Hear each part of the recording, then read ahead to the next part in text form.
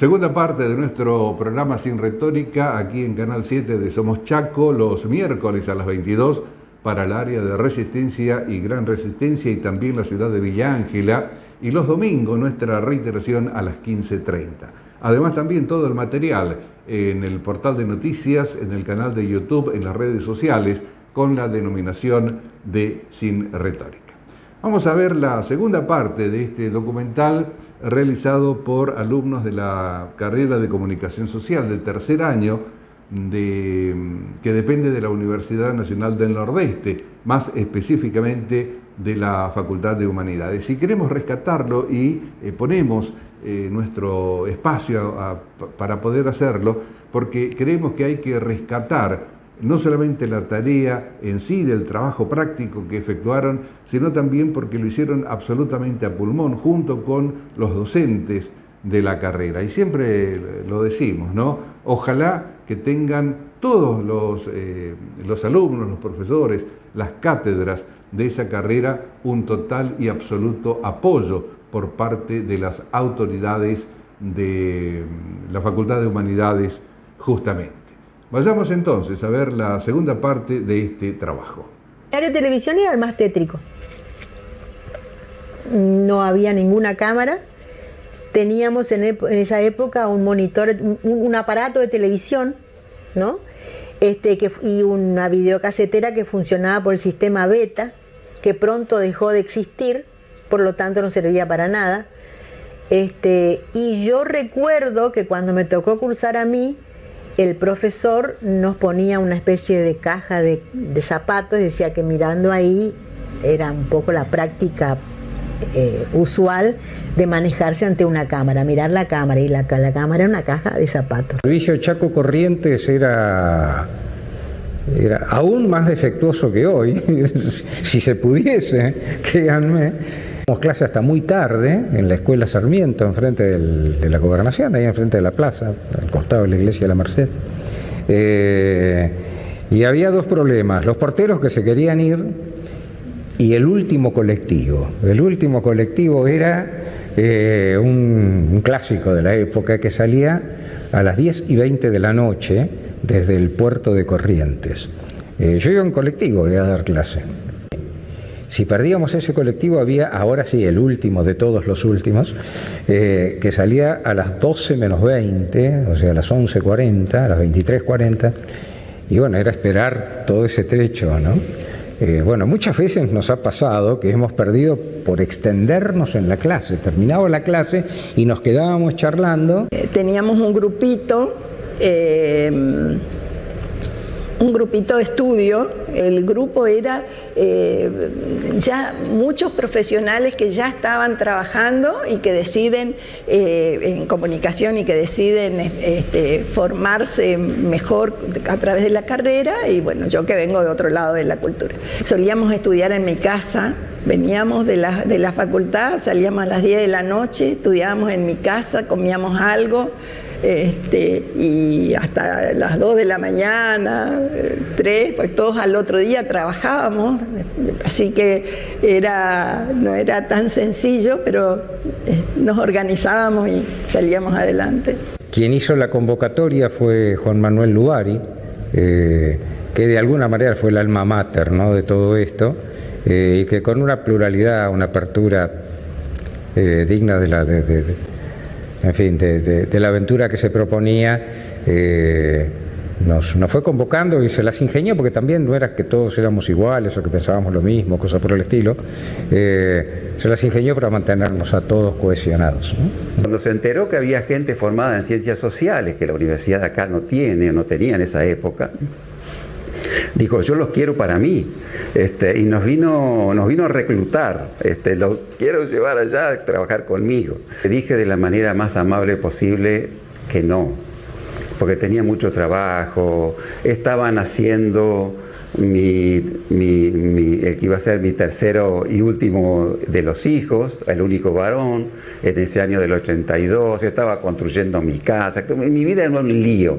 Tenía así aspecto de ser un hombre serio, circunspecto, era un hombre de un gran sentido del humor, y aparte alguien que había tenido la claridad de advertir la carencia en formación de recursos para una actividad social que ya se revelaba como importantísima, y ahí me invitan a si quería hacerme cargo de una materia que fuese una introducción a la ciencia política, con no más indicaciones que esa. Y en un momento el profesor Lugari me mira y casi como un ruego me dice: licenciado, lo necesitamos.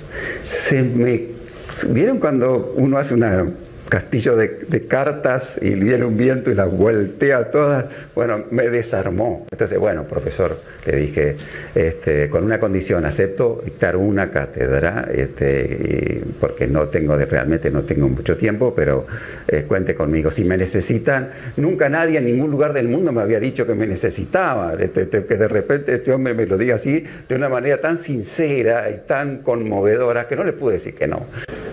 Bueno, el papá se llamaba Juan Manuel Lorenzo Lugari Márquez. Era un visionario, un apasionado. Su vida era la comunicación, el periodismo. Realmente fue un tiempo de mucho sacrificio para él, y bueno, el sacrificio lo pudimos vivir todos, ¿no? En mi casa, con mi mamá, con mis hermanos. Él pedía al gobierno lugares hasta que no podían estar más en esa escuelita y le pasaron a lo que es la Escuela Centenario a la noche, y estuvieron un par de años allí y después pasaron a la Escuela Sarmiento, que es frente a la Plaza Mayo. Hay muchas personas que colaboraron con él para que esto pueda salir adelante, incluido a la señora Victoria.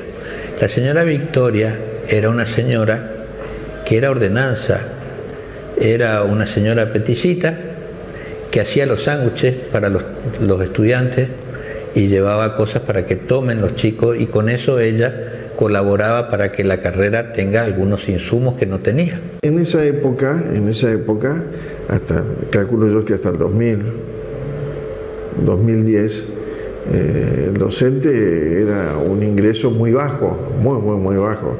Así que la mayoría de los docentes, sobre todo en estas tecnicaturas, era más por vocación. Papá fue director de la carrera más de 15, 20 años ad honorem. Cuando la carrera ya se cerraba, le avisaron de que ya no había más financiamiento. Él fue a hablar con el rector de la universidad y le dijo: ¿qué podemos hacer para salvar la carrera? Porque hay chicos cursando todavía, no se recibieron y se quedan sin carrera. Y entonces le dijo: mire, no, acá en Corrientes no, tiene que ser el presidente de la nación, es el único que autoriza. Entonces agarró sus cosas y a mi mamá, a mí, yo me fui con mi hijo mayor, ya tenía un hijo, y nos fuimos a Buenos Aires. Nos fuimos a un hotel muy modesto, muy humilde, muy barato, digamos, porque no teníamos mucho, pero estábamos cerca de la Casa de Gobierno, por Avenida de Mayo, me acuerdo. Se fue a pedir audiencia con el presidente y por supuesto no le dieron. No era conocido, nadie sabía quién era. Y volvió varias veces, hasta que un día le atendió el secretario privado del presidente Menem. Era el gobierno del presidente Menem, el primero. Él lo escuchó y bueno, gracias a Dios llegó a oídos del presidente y le firmó. Le firmó para que esto continúe. Era un apasionado. Él tenía la idea de que el comunicador social tenía que tener un viso profesional, y él se dedicó toda su vida a tratar de conseguir de que la carrera de comunicación social sea profesional. Por sus frutos los conoceréis, ¿no? Dice, y bueno, el fruto ha sido bueno, así que valió el esfuerzo de la siembra.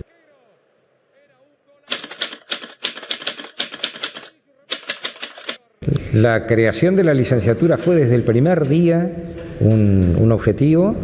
Si lo podíamos hacer como facultad, lo íbamos a hacer como facultad. Si no lo podíamos hacer como facultad, íbamos a ver dónde lo insertábamos.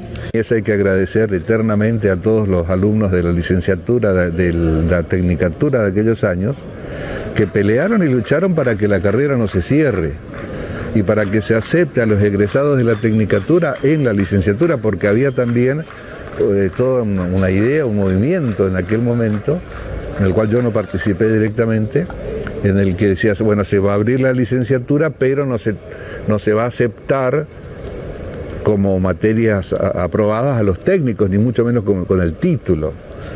No era justo que los que habían sido los pioneros de todo esto no tuvieran oportunidad de tener que cursar de nuevo toda una carrera de 5 años, todo porque en el momento que ellos habían hecho la carrera no existía esta opción. Mucha gente que se movilizó en Corrientes especialmente y logró que se abra la licenciatura con el ingreso de los muchísimos técnicos y técnicas que ya habían egresado. Pero se pudo hacer, que eso era lo importante. Y en esto también en aquellos años había que tomar una decisión. Si para que se pudiese hacer la licenciatura era suficiente con que uno diese un paso al costado, y demos un paso al costado. 98-99 explota Corrientes, ¿no? Y quienes cruzábamos para dar clases teníamos los problemas de corte de tránsito en distintos lugares, en el acceso al puente, donde se produjo la muerte de gente que protestaba, ¿no?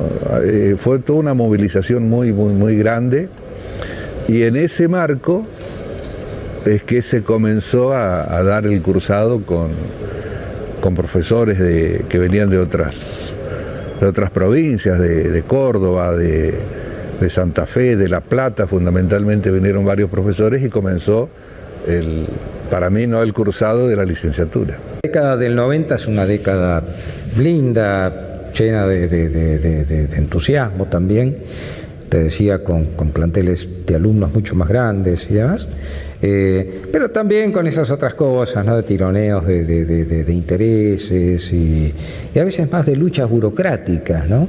No teníamos elementos, nos conseguíamos nosotros las propias,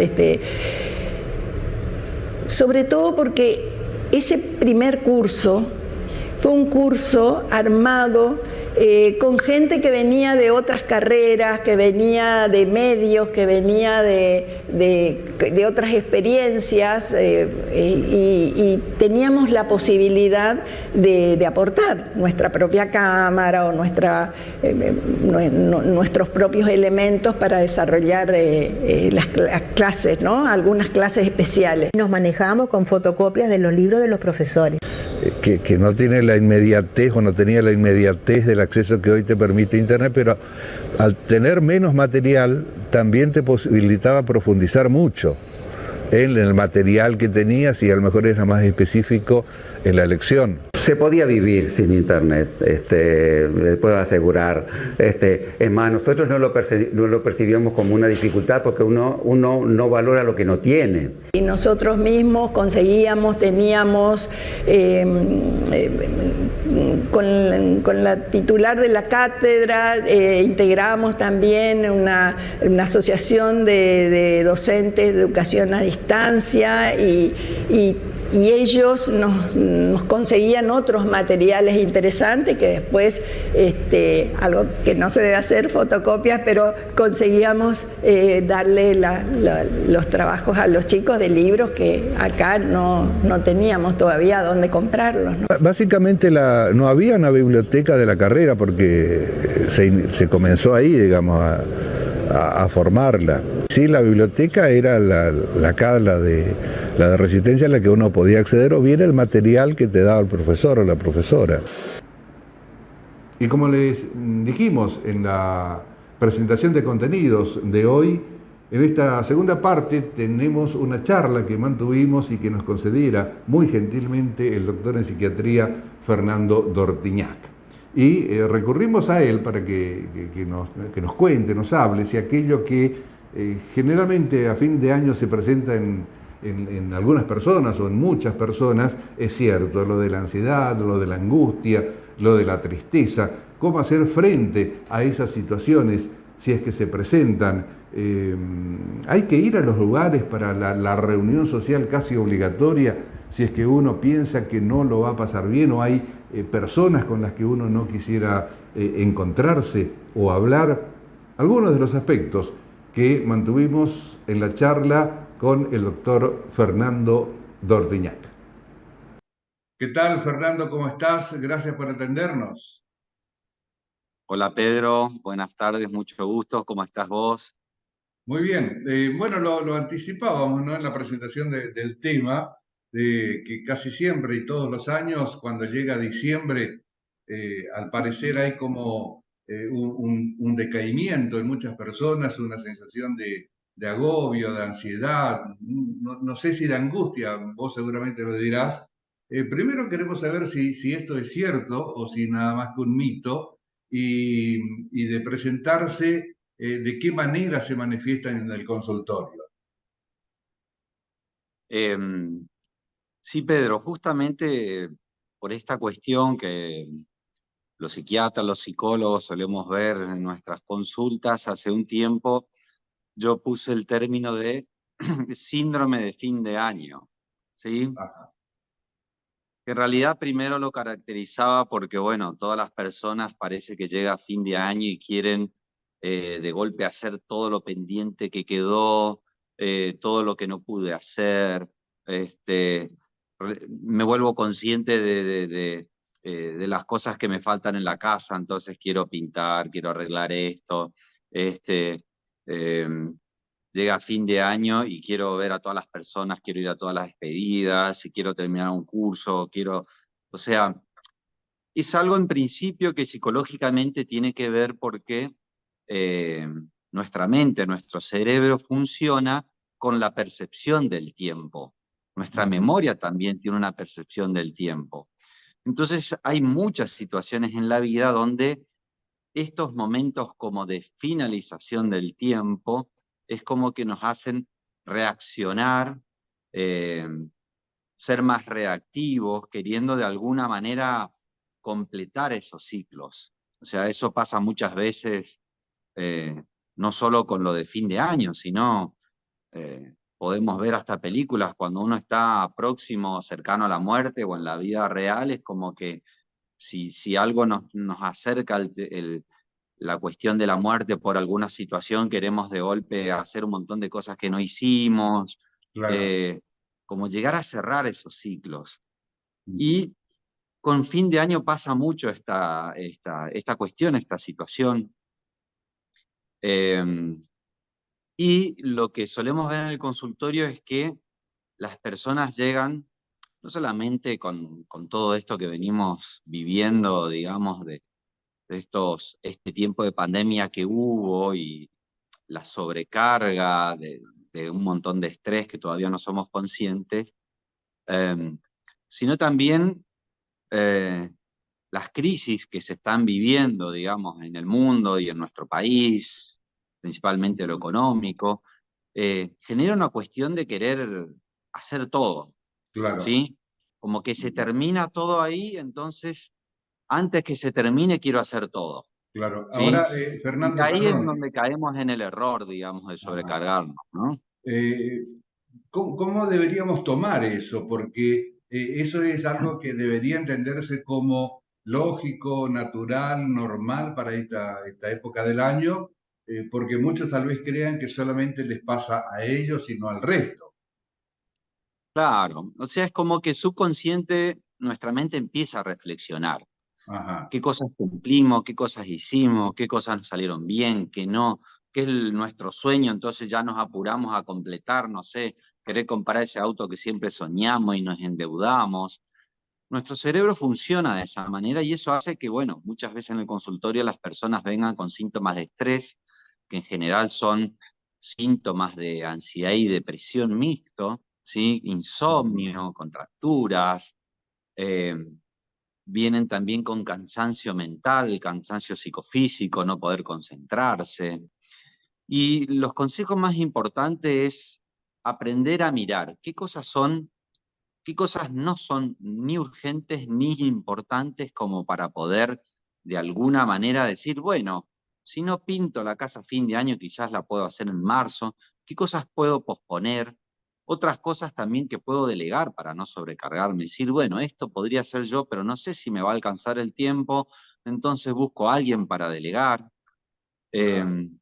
Buscar tener pausas en el día, decir, bueno, me tomé unos minutos en el día para tranquilizarme, tomar un mate tranquilo, relajar la mente, no dejar los cables a tierra, es otro de los consejos. O sea, todos tenemos cables a tierra que son nuestros momentos de recreación, como ir a hacer gimnasia, pintar. O sea, las personas cuando se ven sobrepasadas por las cosas y sobrecargadas, lo primero que tienden a hacer es dejar los cables a tierra, que es algo no aconsejable porque justamente lo que nos está ayudando a mantener el equilibrio. Fernando, también se podría dar la situación que muchas personas tal vez encaremos todo aquello que no lo habíamos hecho y que queremos hacerlo, como decías vos, en poco tiempo, en pocos días, en función de los demás, es decir, más para satisfacer lo que supuestamente los demás quieren de nosotros que aquello que nosotros deseamos hacer. Está bueno eso de no pensar tanto en el otro y concentrarse primero en las propias necesidades. Bueno, eso es siempre tema de toda psicoterapia, digamos, de los psicólogos y psiquiatras, de uno poder equilibrar las necesidades tanto de los demás que rodean como de uno. Nunca está bien que se priorice a los demás olvidándose de uno. Pero con la cuestión de fin de año, más que priorizarse, es tomar conciencia. ¿Qué costo me va a demandar el hecho de asumir tantos compromisos? ¿Qué costo me va a demandar el querer hacer todas estas cosas ya sin poder parar, sin poder descansar? Y ponerse a preguntar un poquito, bueno, ¿cómo quiero llegar a fin de año? ¿Sí? ¿Cómo quiero llegar? ¿Quiero llegar en paz? ¿Quiero llegar sin tanto estrés? Entonces es importante decir, bueno, empezar a pensar qué cosas puedo tranquilizarme y que no sea urgente y dejar de hacerlas. Que es difícil porque justamente pasa lo inverso, ¿sí? Queremos hacer todo en esta época del año, ¿sí? Queremos ir a la estética, queremos ir a la cama solar, o queremos todo queremos hacer en esta época. Queremos hacer las consultas de los médicos que no hicimos, ¿sí? También es el síndrome de fin de año, no solamente es el estrés, también el inconsciente, como trabaja con el tiempo de nuestra vida y los ciclos, también nos traen recuerdos que pueden ser negativos, que pueden ser no agradables, de situaciones que vivimos, de personas que ya no están. Entonces también es importante buscar equilibrio y paz en medio de eso, porque también se la puede pasar muy mal para la época de las fiestas. ¿Sí? Hay muchas personas que quisieran que pasen lo más rápido posible, como suelen decir en el consultorio, ¿sí? O que no les gustan las fiestas, ¿sí? Entonces es importante tomar otro tipo de conciencia. Y esa toma de conciencia se puede traducir en qué tipo de acción concreta. La toma de conciencia es eso. ¿Qué me está generando esto? Que dije que sí, no sé si voy a tener tiempo. ¿Qué me está generando sobre exigirme por otras cosas en donde quiero terminar de realizar? ¿Qué emociones también estoy teniendo? ¿Qué me está trayendo angustia? ¿Qué me está trayendo falta de paciencia? Pensar sobre esas cosas para tomar más control. Cuanto más consciente uno se hace de la realidad que le rodea y lo que le genera a uno, puede tomar más control y de ahí, a partir de ahí, tomar más acciones para esto. ¿Sí? Otra de las cuestiones que había publicado en mi Instagram era también en las preguntas que nos hacemos llegar a fin de año ya es, bueno, todas las metas que yo quería cumplir, si realmente las hice, no las hice, y si no las hice me pongo mal porque no pude hacerlas. Y en realidad uno tiene que saber que más que meta a veces es importante decir intenciones. Este año tuve estas intenciones. Si no llegué, es diferente que decir una meta con frustración, digamos. Decir, bueno, de estas intenciones logré esto. Pero otra pregunta importante es decir, bueno, de todo lo que me pasó, que quizás no es lo que pude calcular, quizás no es lo que pude elegir, sino sí puedo preguntarme, bueno, de todo eso que me pasó, ¿qué puedo aprender? ¿Qué puedo aprender y qué puedo reflexionar para aprender? Esa sería una pregunta más resiliente, diría Pedro. Claro. Y esto es lo que nos expresaba Fernando Dortignac aquí en Sin Retórica. Esperemos que el material que les hemos presentado en esta oportunidad haya sido de su agrado.